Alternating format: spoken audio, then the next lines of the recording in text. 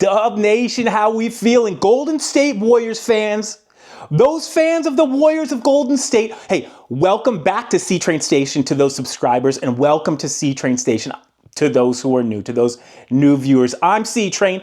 This is a station, hey, let's not dilly-dally around it. Let's get to your Golden State Warriors news and notes.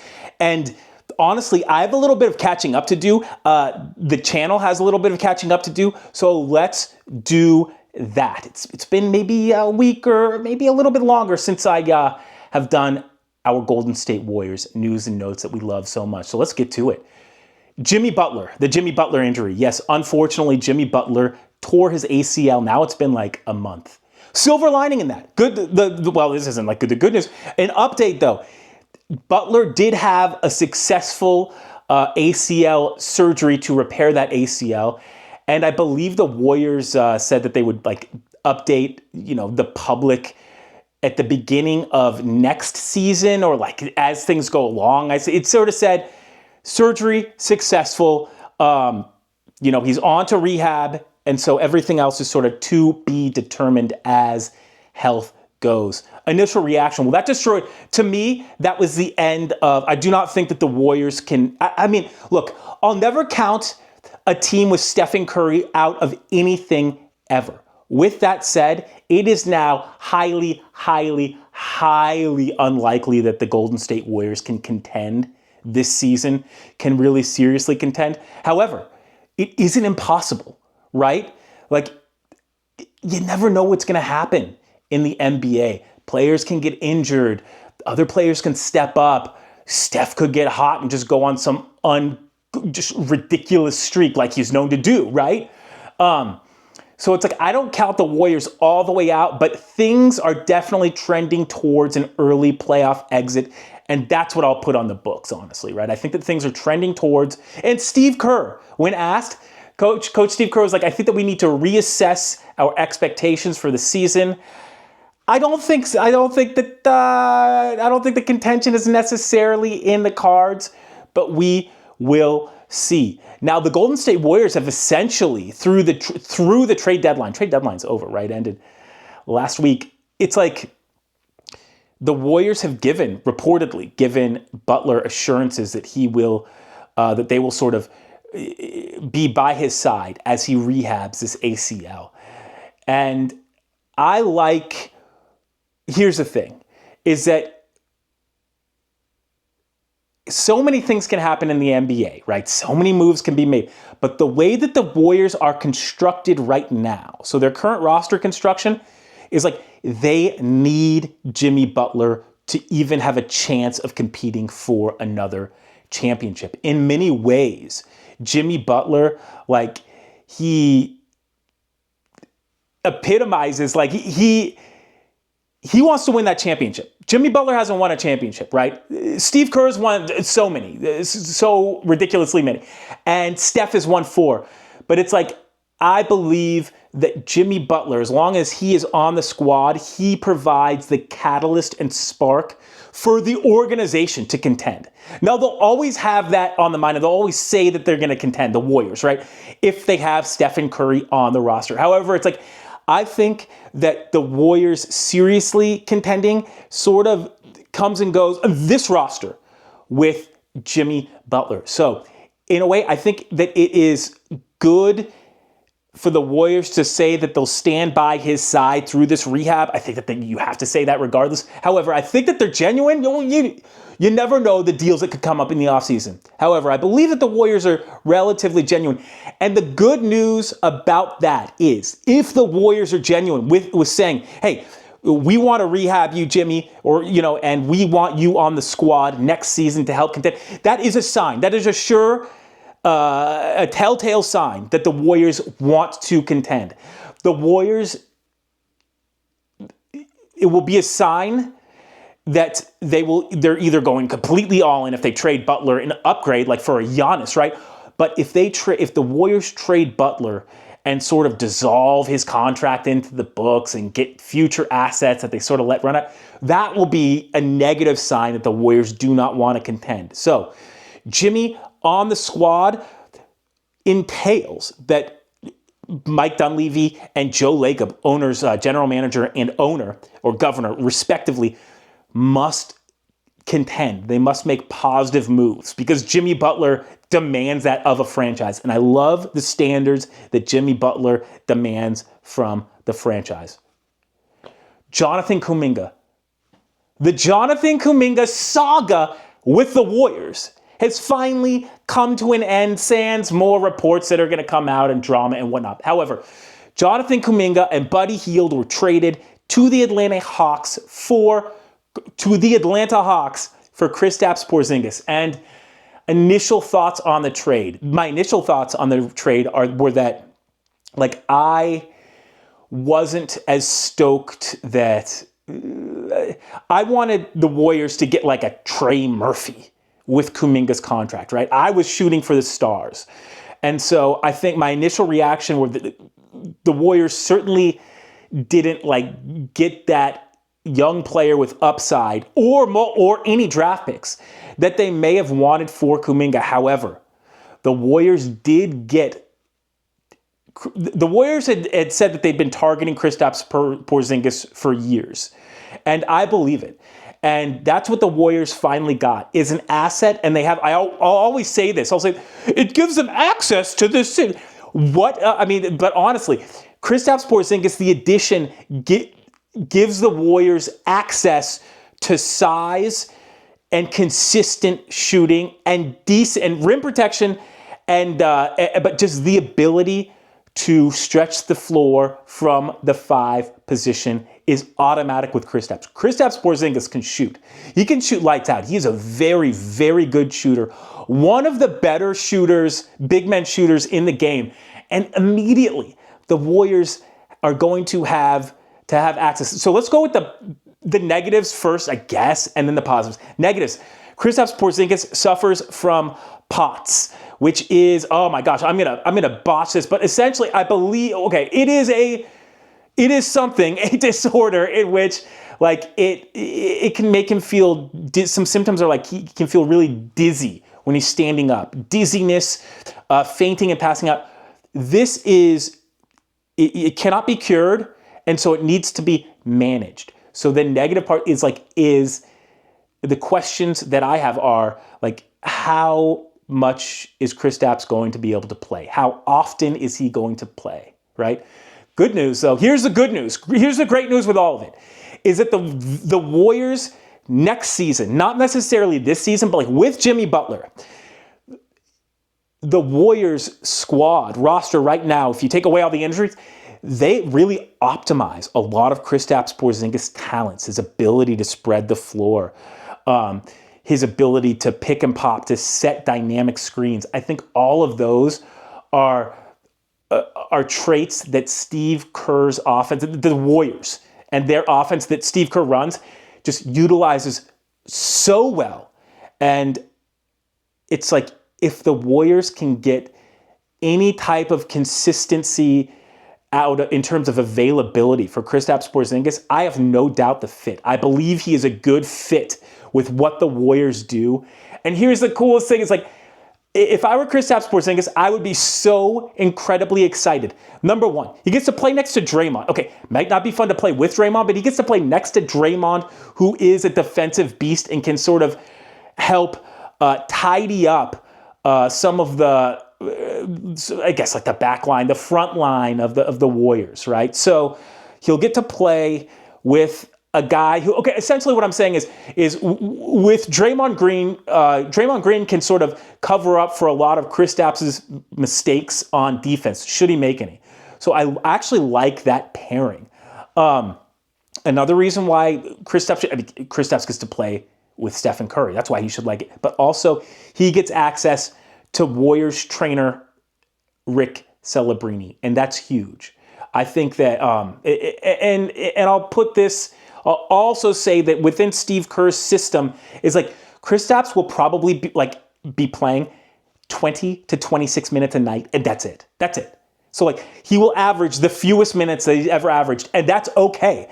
That's how the Warriors and Steve Kerr roll with their true centers, right? It's like Bogut, Zaza, they only played like 21, 22 minutes a game. exactly the range where Kristaps can be incredibly, incredibly effective, right? So I think that there's a lot of incentive for Kristaps to be on the Warriors, and he really helps. I don't think that he helps this squad as currently constructed without Jimmy right now, but I think that when you add the really good talent that Jimmy is, that having Kristaps be more of an accent to the centerpieces and have him be more auxiliary and novelty talent, the more you can push Kristaps Porzingis to like specialty or novelty, the better off the Warriors will be, and I think the better Kristaps Porzingis will be on the court, off the court, everything.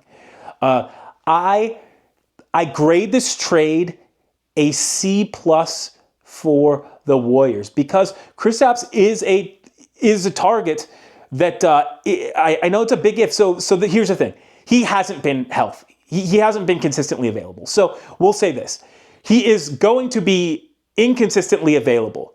Now, what we want is we just want the half glass full, and we want to see Kristaps play like way over that 50% of games played. If he can be 60 to 75% games played, and the Warriors can really have solid access to that, if the squad can feel comfortable with Porzingis being able to do that and he can be available, this trade will get upgraded. But that will be like right now, C plus grade. That's actually like a more solid grade than probably I'd initially given this, but I really, really, really like some of the things. I like the ability to spread the floor. Just Kristaps Porzingis, this is a shot-making league. The Warriors shoot a lot of three-pointers, and Kristaps is really good at that. He's also a really good high post. He's a good passer out of the high post, something that the Warriors were great at in the Andrew Bogut days. And I can really see players like Guy Santos, even Moses Moody, Brandon Pajensky really flowing off of Kristaps Porzingis off of his gravity, right? And I love that. I love that. Also, it's like what were the Warriors getting with Jonathan Kuminga? Like, was he playing consistently? Even like there was never consistent play, healthy or unhealthy necessarily. It just wasn't. It wasn't there with Kuminga, and it's over. And I hope that best of luck to Jonathan Kuminga and Buddy Hield. I think that the Warriors and Jonathan Kuminga are definitely better off with having done this trade. With that, the Warriors right now, what can we expect? The Warriors are a few games over 500 going into the All-Star break, and I think that it has been rumored that Kristaps and Stephen Curry will both be hopefully healthy and available first game right off the bat from the All-Star break. So what I want to see from the Warriors is consistently positive basketball, right? The Warriors, I think that they were 2-2 without Steph, maybe 2-3 in the last few games, and the hustle's been there and the effort has been there.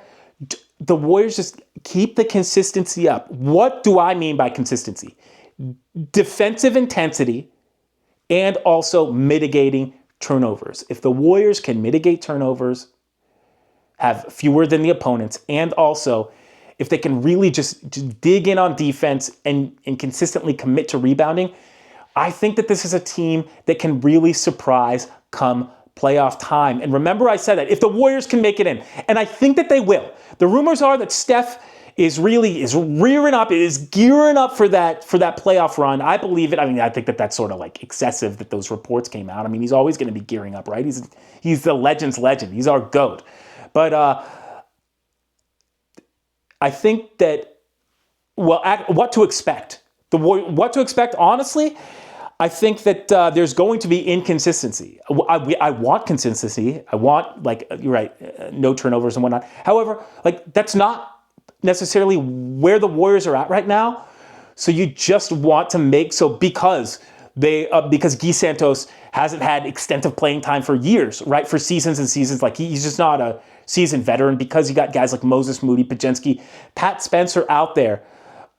Guys on the younger side, everybody Pat Spencer, but all on the more inexperienced as opposed to like NBA vet status. you have to expect inconsistency from that crew. So we need consistency from the veterans, particularly Stephen Curry, Kristaps when he gets back, GP2, and Draymond. Draymond can't just have 7 turnovers like he did the other day, right? He can't have that. It's not going to work. Like the Warriors they're not good enough anymore to just trick away possessions and have consistent turnovers. The Warriors need to really, really hone in on their defense and just mitigating those turnovers, really, really taking care of the ball. So I think the Warriors, they should make the playoffs. I think that they will make the playoffs. And when they're there, you just have to wait and see. You have to wait and see for the matchup. Could be OKC or the Spurs. But it's like, I'm not trying to be the bad dude here, but it's like, Wembanyama sprains his ankle and is out for a week or two in the playoffs and the Warriors are playing them. It's like, it can be a whole different ball game, right? Of course, like, honestly, like trends would more say that like a Steph or Draymond would probably get injured because they're older. But my long story short, what I'm trying to say with that is that you never know what's going to happen in the playoffs. That's why you have to get there. You got to get there in just as good a shape as you possibly can. So that's the present, right? That's where the Warriors are at right now. How about the future? What is up with the future? Well, I'll tell you this. Warriors general manager Mike Dunleavy Jr. didn't do himself any favors with his press conference. He he was disparaging to Kuminga and his availability, which like I sort of get, but it was a shots fired out of nowhere essentially. Like I am speculative as to the ability of the leadership, Mike Dunleavy Jr. and Joe Lacob, Warriors owner and general manager, respectively. I'm speculative with regards to their ability to get things done, get the deals that need to be done, be consistent in the draft with trades, with free agents. However, I do have confidence that in their effort level. I have confidence that they are trying to improve the team, which is sort of like dumb, right? But hey, I'll tell you what, like there are teams out there that are intentionally trying to tank right now. The Warriors are not one of them. We always want the Warriors to be on that opposite side, always trying to get better, always trying to be good now, and always trying to give your team a shot in that season.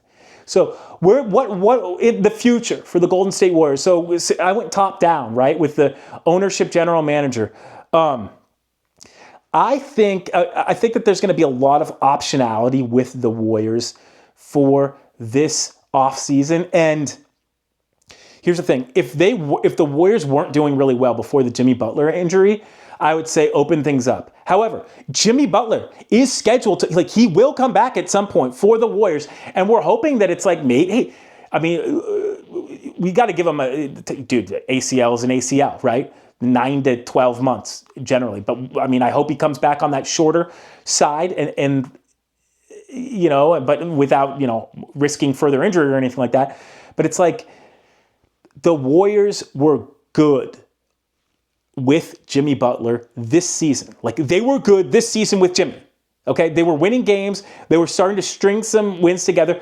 Wasn't pretty, wasn't super consistent, but they were consistently good, had a winning record, and were on the upswing. Stop. Like I'm not, just because Jimmy tore his ACL, I'm not going to disparage what they did. That is like, so I hope that the Warriors sort of operate with they may be a few trades away and not just one, and like good drafting away from to contending it. However, I don't think that they should blow anything up or like recreate the wheel with any of this, right? I think a good thing about the Kristaps deal was that it allows the Warriors to hypothetically now re-sign Kristaps Porzingis and also re-sign DeAnthony Melton to a multi-year contract, okay? So like now you're starting to pile up good players and pair them with great players, and there's little consistent downside. Like here's an example: the Warriors game last night against the Spurs. It's like I think that some people would scapegoat Pods or something like that. He played a good game. He was fine to me. But like, there wasn't a glaring, that person sticks out and shouldn't be on the squad. And that's great. So stop there. The Warriors need to stick with that and then build progressively, positively from there, right? So I love the emergence of Guy Santos, and we hope that Melton's outside shooting will come around a little bit even more. But I think the future is very bright with the Golden State Warriors, especially if you take it season by season, which I think that you should when you have Steph, Draymond, and Jimmy Butler still competing. So I understand that there will be like the Giannis may come around again. There may be some LeBron rumors or something like that. But it's like, as long as the Warriors are stacking talent and not hemorrhaging it, and I believe, and Kristaps Porzingis is incredibly talented.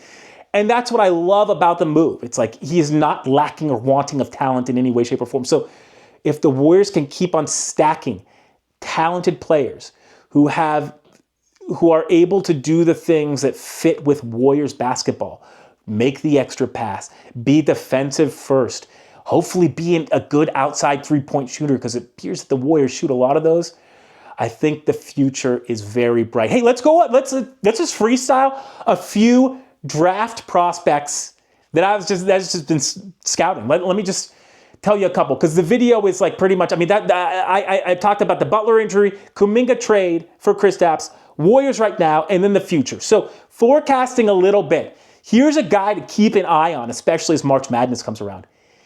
Keaton Wagler, point guard slash shooting guard from Illinois. This guy, I think, right now, I mean, if I were the Warriors, right, like, I wouldn't, okay, how about this? Right now, I would not be sad if a 19-year-old Keaton Wagler next season started at shooting guard for the Golden State Warriors, or Braylon Mullins. I know these are huge, huge leaps that I'm talking about, but hey, maybe this will be a fun gig. We might do we might break it down with C-Train for some draft prospects, but here's a few to keep an eye on. Warriors centric. Keaton Wagler, and I'll give you the breakdown. Guard from Illinois. This guy, if you squint a little bit, you might see some plays that resemble Stephen Curry at Davidson. He's an amazing passer with ridiculous vision and touch on his passes. He only averages about 5 a game, but the real thing about Keaton Wagler is the man can shoot. He is a shooter. He can shoot lights out. His game resembles maybe a little bit of a Tyrese Halliburton with that range, like a Tyrese Halliburton. Maybe that isn't as good of a passer, but I love his passing ability. So that's one. Braylon Mullins, shooting guard from Connecticut. That's another prospect to look out for. This guy he reminds me a little bit of like a Tyler Hero, but can play a little bit more defensively and maybe is a little bit like sturdier. He reminds me like a little bit of that. So a Braylon Mullins might be able to, the Warriors might have to trade up a few draft picks, but Mullins is also looking at a lottery pick. How about this? Thomas Ha. Thomas Ha, 6'9", small forward out of Florida. I think, remember that I want to mark this down, this date right now. I think that he could definitely be the Warriors pick this season, should the Warriors even draft in the 2026 draft. He's a small forward from Florida, and he can do a little bit of everything, can play good defense, but it's like, he reminds me of like, he's like a combination of like a 6'9", a little bit taller Guy Santos with a little bit more bounce, a little bit more athleticism, but can work the baseline like GP2. So that's high praise. Now, I think that he's a junior senior, so he may slide a little bit. So that's one to watch out. How about this? And then I'll leave you with this. One more player to look out for. Point guard or guard, Bennett Sturts from Iowa. I think there is going to be so much Sturts to the Warriors smoke in this upcoming draft. Bennett Sturts is 6'4", 6'4.5", almost 6'5". He can play. He's a point guard. He can play a little bit of the two as well. But oh my God, he can shoot. He can play make. He can do a little bit of everything. He's 20. I think he's 22, 23 years old. Dare I say this though?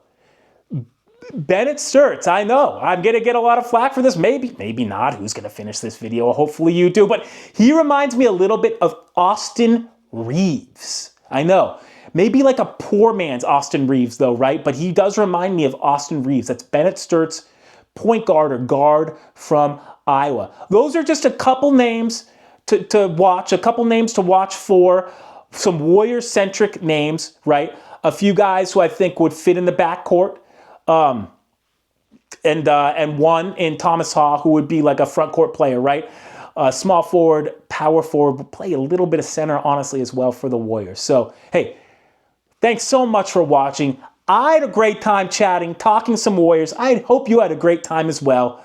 And of course, for your Golden State Warriors content, like, follow, subscribe, comment, say what's up. Let me know if you have any draft prospects I should check out. Hey, and I'll see you next time at C Train Station. Have a good one.